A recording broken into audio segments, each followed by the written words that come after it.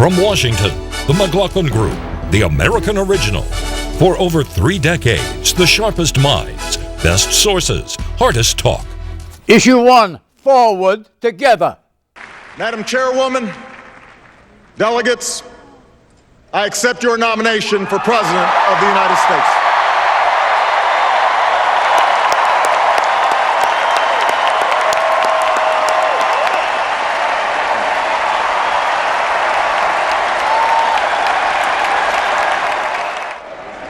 Now, the first time I addressed this convention in 2004, I was a younger man.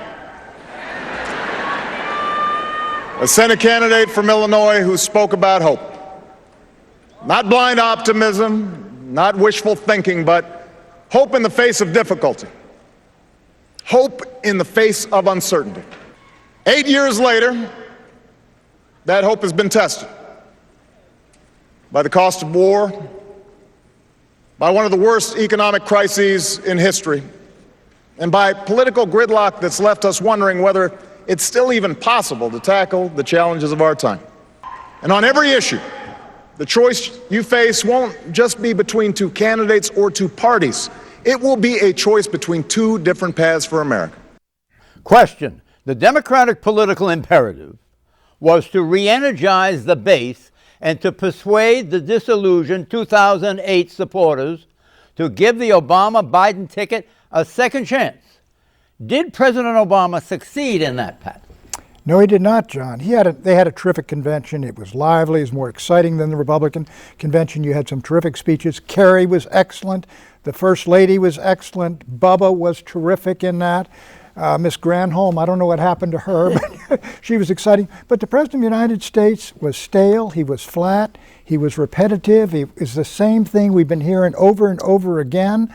And I think it was a real letdown at the end of the convention. And I think that has given, quite frankly, the Republicans another chance really to turn this thing around and win this thing. So I think he could have closed the sale, the president could, if it had been a tremendous speech and a program in there and something to look forward to, but it was the same old speech. Do you think he was melancholy?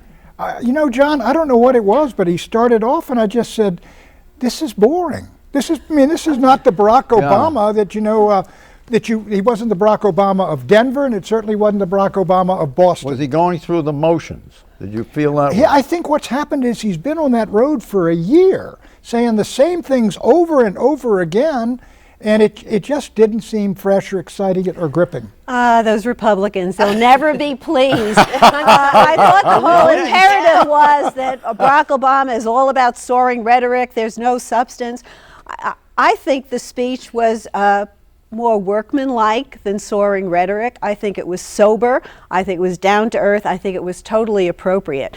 And he's building on the policies that he's put in place. I think his speech was probably informed by knowledge of the weak job numbers that were going to come out. I thought he made his case that Americans need to be patient, that he, nor Bill Clinton, nor George Washington, or Abe Lincoln, or any of the other luminaries who occupied that office could have repaired this economy in the time that he's had. I think that he's made that case, and he and all the other speakers who all did a very fine job basically have constructed this race now as a clear choice and not a referendum on what Barack Obama didn't accomplish. So did he pitch it to the disappointed? Well, he was pitching to everybody whom he thought he could get, but I will say when he was running for office, the man spoke in poetry. And when he was in office, he spoke in prose. This sounded to me like advertising copy. I just never got any energy out of it at all. And I agree, these were cliches that I'd heard him utter over and over and over again. It was disappointing. And I mean, I think it was reasonably effective. It just didn't carry the day. I'm stunned. I thought his speech was fantastic. I thought the temperament that he had matches the economy that we are in. but if you listen to the words that he said, there was something there for everyone. Even when he made references to scripture at the very end, when he talked about how we are in this together, how we don't leave somebody behind. I mean, I thought that he absolutely delivered, particularly for people who are feeling dejected, who have been left behind in this economy. There was something for you to listen to hold on to, and to feel that we are going to make this together and we're going to go forward as a nation. Let's hear some more from him. Okay, Obama on jobs. You didn't elect me to tell you what you wanted to hear. You elected me to tell you the truth. And the truth is, it will take more than a few years for us to solve challenges that have built up over decades. It'll require common effort and shared responsibility, and the kind of bold, persistent experimentation that Franklin Roosevelt pursued during the only crisis worse than this one. I've worked with business leaders who are bringing jobs back to America, not because our workers make less pay, but because we make better products. Because we work harder and smarter than anyone else. And after a decade of decline, this country created over 500,000 manufacturing jobs in the last 2.5 years. And if we choose this path, we can create 1 million new manufacturing jobs in the next 4 years. You can make that happen. You can choose that future. Question, how viable is President Obama's manufacturing job creation claim? Eleanor Cliff. Well, he's done pretty well reviving manufacturing. It's not the manufacturing of old. It does require people with more sophisticated job skills, but he's also putting in place community college curriculum that will build this kind of workforce. This is, frankly, the Clinton agenda, and Clinton, I think, gave the finest speech at the convention, where he really did lay out all the arguments against the Republican critiques, and he sold the Obama agenda because it was his agenda, and it's about these investments, which Republicans call spending, but it's investments in education and infrastructure. It may bore Pat Buchanan watching it home on TV. It doesn't bore me. Let me talk about manufacturing. This is how you build an economy. It's not with some big soaring John, rhetoric. let me talk about manufacturing. In the first decade of the 21st century, the country lost between 5.5 and 6 million manufacturing jobs. 55,000 factories disappeared. Is it crawling back? Yeah. But I think if you look at Barack Obama there, he hopes his program and ideas are going to work. I get a sense that he doesn't know where they're going to work, that he has nothing new in the toolbox, that he has tried it all, and there is nothing new he can do. And his own policy, I think, is rooted in hope. But don't you think when he made the statement that the American public elected him not to just tell them what they wanted to hear, but to tell them the truth. I think maybe he was gilding the lily a little bit on manufacturing, in the sense that I don't think anyone believes manufacturing will ever come back the way we knew it in the past. But when he talked about being able to educate the American public so that we are able to have the job, to be able to take the jobs that are out there, I thought that was very important for people to hear, and for him to basically say, this is my plan going forward. You have to be educated enough to be able to take the jobs of the future. Is that a reason for saying, my goodness, let's put him back in the presidency after the disaster of 4 years? Yeah, Pat is right in the sense he laid out all of these goals, but he didn't say how he would accomplish them. And we all know there's a Republican majority on Capitol Hill that's going to obstruct everything he does. He's counting on the election, as he puts it, to break the fever. Let me just say one thing. When he announced his stimulus program, he said unemployment will not get above 8%. It'll be below 6%. By his own terms, that program was a failure. He didn't say that personally. His advisor did. His programs said it. Okay. We went above 10% in terms of the unemployment. We've had, I don't know how many weeks, 42 weeks where the unemployment rate has been above 8%. So on his own terms, it was a failure. And there are many things he could have done with that program that would dramatically improve the program. Let's get the numbers out. Friday, the economic numbers were released. In August, the economy added 96,000 jobs, while unemployment fell to 8.1% from 8.2? 8.3. 8.3. What do these numbers tell us? Well, in the first place, the only reason the numbers went down from 8.3 to 8.1 is not because we created a lot of jobs. It is because a lot of people left the labor force, so the numbers change, the fraction changes. We have had a very, very weak recovery of jobs in the last 3 or 4 years, despite the fact that we have had the largest financial economic stimulus program, over $1 trillion every year, the most active monetary policy. We've had zero policy rates for the better part of 4 years, and yet it has not worked. So we have a real problem here. Okay, Obama's friends. Now, our friends down in Tampa at the Republican convention were more than happy to talk about everything they think is wrong with America. But they didn't have much to say about how they'd make it right. They want your vote, but they don't want you to know their plan. And that's because all they have to offer is the same prescriptions they've had for the last 30 years. Have a surplus? Try a tax cut. Deficit too high? Try another.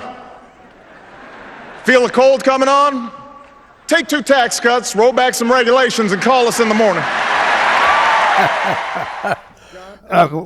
So, was that sarcasm? Well, it's valid, it's good, it's funny because there's a lot of truth in it. Look, for the last 4 years, we have also had the Bush tax cuts in place, as well as the Fed pumping out the money, as well as Obama's stimulus program, all of these things. None of them have worked. I think Eleanor is right in this sense. I don't think Obama knows exactly what's going to work or what he can get through. I don't think the Republicans are all that confident that their ideas are going to get this thing moving again, because the Bush tax cuts haven't in the last 4 years. And whatever their ideas are, other than less regulation, more tax cuts, they're not revealing them because they know that their ideas would require higher taxes on the middle class, Which they can't cut say. back dramatically in programs. And I thought Bill Clinton made a very effective point when he talked about their plans to scale back on Medicaid. Medicaid pays a lot of nursing home bills for elderly people. These are not programs that everybody's don't afraid matter. of cutting All right, programs. we've reached the point of the promises that he did not keep in his first term. He vowed in 2008 to close the detention center at Guantanamo Bay in Cuba. It's still open. He pledged to cut deficit in half by the end of the first term, but he added $5.4 trillion to the U.S. debt. He claimed that the $825 billion stimulus would keep unemployment rate below 8%. It has topped that for the past 42 months. He promised to end the ugly partisanship in Washington, John, then presided over one of the worst partisan divides in modern history. He pledged in 2008 to enact health care reform that would cut the typical family's premium by up to $2,500 a year, but Obamacare didn't cut premiums for most families. John, Two more. Now pay attention. He pledged to generate 10% of U.S. electricity from renewables by 2012, but did not achieve the goal. Finally, he assured unions he'd enact a card check law that would make it easier to unionize workers. But he didn't do it. You can't do that. Let Eleanor speak. This is like a reading for whom the bell tolls, it tolls for thee, or something. I have a card here. I'm going to read off the promises he kept. All right? Sure. Ended the war in Iraq, ending the war in Afghanistan, health care reform, Well, the war in ending don't Afghanistan ask, is not don't quite- tell. it's not quite over. I mean, it depends on the eyes of the beholder. Democrats in that hall, and Democrats for the most part, are very happy with a lot of the things this president has done, and they have some understanding of what he's up against. And I think he has some understanding of what he's up against also, which he didn't have when he first got in this office. And if he gets reelected, he's learned a lot about how to be a president, and I think he's learned how to exercise power. I think we will see a very different Barack Obama the second 4 years than we did in the first term. So this audience grew even more to like him, and it was pretty uniform, was it not? Well, yes. I mean, they liked him to begin with, and his wife did Well, a how do you know superb they liked him job to about- begin with? But because every Because poll they- shows Democrats like their president, and a lot of people in general, not just Democrats. No, a lot of, But there's- Democrats are disappointed in him, But the way that a lot of Republicans are disappointed in the Republican there leader. has Yeah, been it's an not a enthusiasm crusade gap. like it was in 2008, but Democrats are plenty eager to keep Mitt Romney from He doubled the stock Oval market, Office. John. The stock market, as Mort can tell you, has doubled in value since he's come in. Isn't that true, Mort? Not enough, though. Hey, What's the point? Well, what I'm saying there is, Eleanor, there's support. Some things have turned out well. Look, the stock market's was above as high as it's been in I don't know how long. The reason, Right. It just Is this a recently. plus for? excuse me, Well, the that means it is- corporations, it is a plus. corporations are flush with cash. but they're not investing at all. And one of the reasons why the stock market is doing so well is because the economy is so weak, and therefore the Fed has lowered interest rates to unprecedented lows, and that means when you have 1% money, stocks go up, okay? It increases the value of the dividends and saying so it's another so it's bubble? not because It's a bubble? In part it is a bubble, because if interest rates go up, which they will at some point, you'll see the stock market going down. So it's not, the stock market does not reflect any great sort of success. It reflects actually the inverse of a failure. Exit question. You get that? It reflects the inverse of the failure. That sounds like a success, Right. but we'll work on that. Not the way I meant it. Right. Exit question. Measured against President Obama's convention address 4 years ago, pay attention to this, was this week's speech better, worse, or about the same in its impact? It was a completely different speech than what we saw in 2008, and for where we are in 2012, it was significant, it was effective, it was compelling. He did exactly what the country needed to hear him do. Boy. I think the first speech was the better one. 4 years later, with all the problems that we have, I think he gave an excellent speech to deal with it, but it was a totally different atmosphere in which he had to speak. Ellen. You're both right. I agree with both of you. I think it was, compared to Denver, I think it was flat, it was stale, and it did not succeed, and he had a golden opportunity, I think, to just about win that election with that speech, and he didn't do it.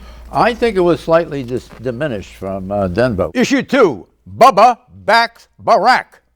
In Tampa, the Republican argument against the president re-election was actually pretty simple, pretty snappy.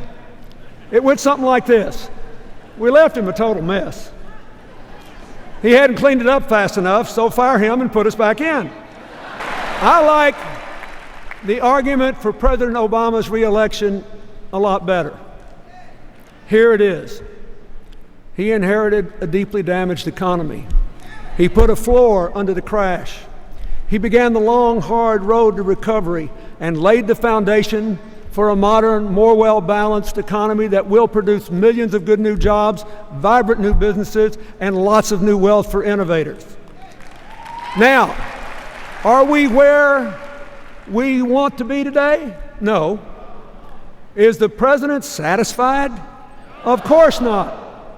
But are we better off than we were when he took office? Listen to this. Listen to this. Everybody's forgotten. Everybody's forgotten. When President Barack Obama took office, the economy was in free fall. It had just shrunk 9 full percent of GDP. We were losing 750,000 jobs a month. Are we doing better than that today? The answer is yes.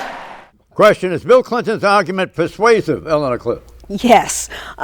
He went on in that hall, and I think if the delegates had nominated him for a third term, the country might even have agreed. He is the explainer-in-chief. He can take these complex arguments, he can boil them down, and he always talks to the audience like he believes they're smart. And I thought he did a magnificent job. And the fact that Barack Obama defeated his wife in the primaries, and there was allegedly all this bad blood, that he can go out there and really give his all for this president is really says something significant about him as a person. And frankly, there's some self-interest there too, because whether Obama wins or loses, Hillary Clinton is pretty well positioned, and Bill Clinton has entered the world of senior statesman. Breaking any new ground there. No, but he is an outstanding trial lawyer on behalf of Barack Obama. He would take, here's the Republican case, and he would state it pretty clearly, and then he would state the answer, and it was done extremely effectively. It was done with humor. There was no slash and burn in there. And he is the best advocate for Barack Obama's policies, bar none, including Barack Obama. He was, Bill Clinton was, I thought he was fantastic. I love your line about him being the best trial lawyer on the issues. If you couple what Bill Clinton did during the convention over the past week with where the Democratic Party is, with what Barack Obama said, and the feeling that Barack Obama left the delegates with, which is that there is a place for everyone in this country to succeed, it was a home run between the two of them. Here's where I disagree, I have to say. His argument has a fatal flaw. Bill Clinton's argument has a fatal flaw. which is not that it's not that it is better than it was before. You spend $5 trillion, it better be somewhat better. If the money had been properly spent in the right ways, we would have been in much better shape. The stimulus did not stimulate enough, and that was the fundamental problem, and what was flawed about his program. By the way, this is not something that I stated now. And if the Republicans had passed his jobs plan, which he sent up a year ago, we'd be in a better position also. And if there was not he's generous enough Congress. that he had all those bouquets for Republicans. He George W. Bush for PEPFAR, for the senior Bush, for Dwight Eisenhower, and the role of government. You sound like you're making excuses for failure. Not excuses, no. This was a strong defense for the role of government. But you sound like, this is his problem, is that people are coming forward and say, look, we didn't do this, we didn't do this, we didn't do this. Here's why, here's why. At the but convention, that's an argument to defend the convention, against they said failure. everything he has done. You're the only one reading failure It's not into an argument for defending failure. What I think everyone who watched it will take away from it what Clinton and Obama said was, you can't fix it in 4 years. I don't think there's anyone who bells Mitt Romney could have fixed it in 4 years. He could Let me ask this question. in 4 years than he did, is all I can say. Was I this don't want to go into all the reductively economics. using the old playbook, the standard playbook of the Democratic Party, which is blame Bush? Because that's where it started. That's where the Clinton argument started. Right. That's what was inherited by Barack Obama. Right. Ultimately, look, he did a great job. Look, Clinton, what he's saying is, look, it didn't work out as well as we thought. Here are the reasons. He's a trial lawyer, but he's defending a guy who's not totally innocent. The problem with Obama is, John, that the country has decided, look, we would like to change. We don't like the way the country has gone. And what it's going to come down to, they've got to demonize the alternative Mitt Romney as utterly unacceptable, out of touch, Well, that rich man, all that stuff. That was implicit I in disagree. this basic premise of Bill Clinton. Issue 3, Barack's better half. Barack and I were both raised by families who didn't have much in the way of money or material possessions, but who had given us something far more valuable: their unconditional love, their unflinching sacrifice, and the chance to go places they had never imagined for themselves. When we were first married, our combined monthly student loan bill was actually higher than our mortgage. Yeah, we were so young, so in love, and so in debt. Barack knows the American dream because he's lived it. And he wants everyone in this country, everyone, to have the same opportunity, no matter who we are or where we're from or what we look like or who we love. I have seen firsthand that being president doesn't change who you are. No, it reveals who you are. Was there a tone of pleading in what you just heard from the First Lady? Pleading. I wouldn't call it pleading. I wouldn't even call it a speech. It was so much bigger and better than that. It was this intimate conversation she had with the American people.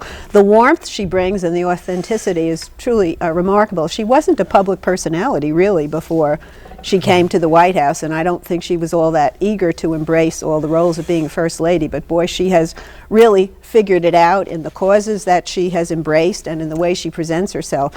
It's not only Democrats who love her. I mean, the American people broadly across political lines really have embraced this woman. Very moving testimonial to her husband's character. It was a moving testimonial. She did it wonderfully. I thought it was, frankly, the best speech of the convention, and I had never heard her speak up in any way like this. It was really a revelation, as I'm sure it was to most of the American public, and she was magnificent. I thought she was she just blew everybody away.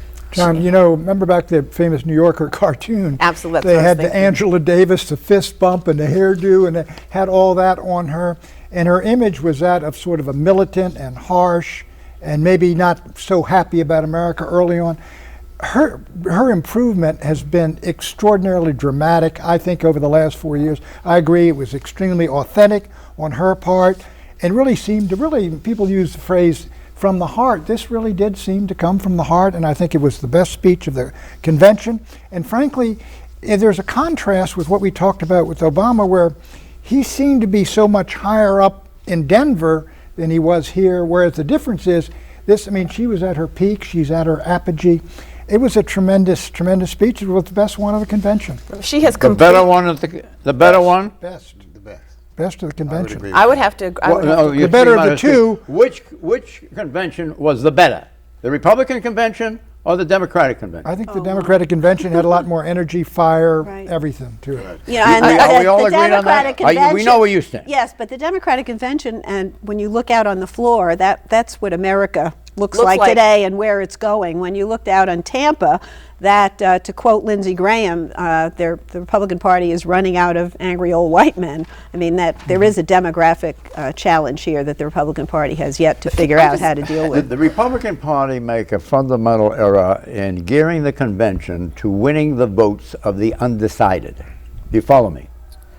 I follow you. I think that the Republican convention, that was one of their many mistakes. I think the largest mistake that we saw coming out of the Republican convention was that the most exciting figure was Ann Romney.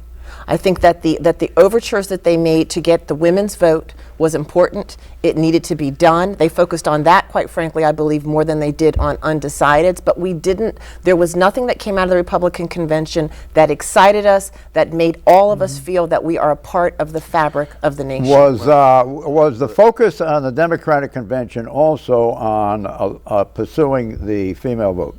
Oh, absolutely. yes. Listen to the president's, if you remember the president's speech during the convention, every time he spoke in a certain way, he never said he said she. Everything at the Democratic convention was appealing to women, but it was also appealing to Hispanics, to African Americans, to anyone who feels disenfranchised in this country. I also and thought in this economy. there was an join in on this unabashed championing of liberal values at this Democratic convention in a Can way I- that I don't remember that's in what they- conventions. Let me say They one threw thing. God What out do you of mean the by house. that? They I put have her back in. they They did, put her they back did. in. I have to They disagree put her with you. back The in. most You mean they exciting- were on full and exuberant display, and the devil can like it or not like it?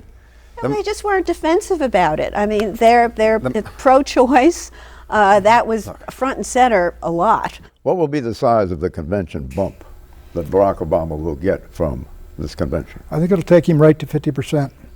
Oh, Which means between 5 and 7 points.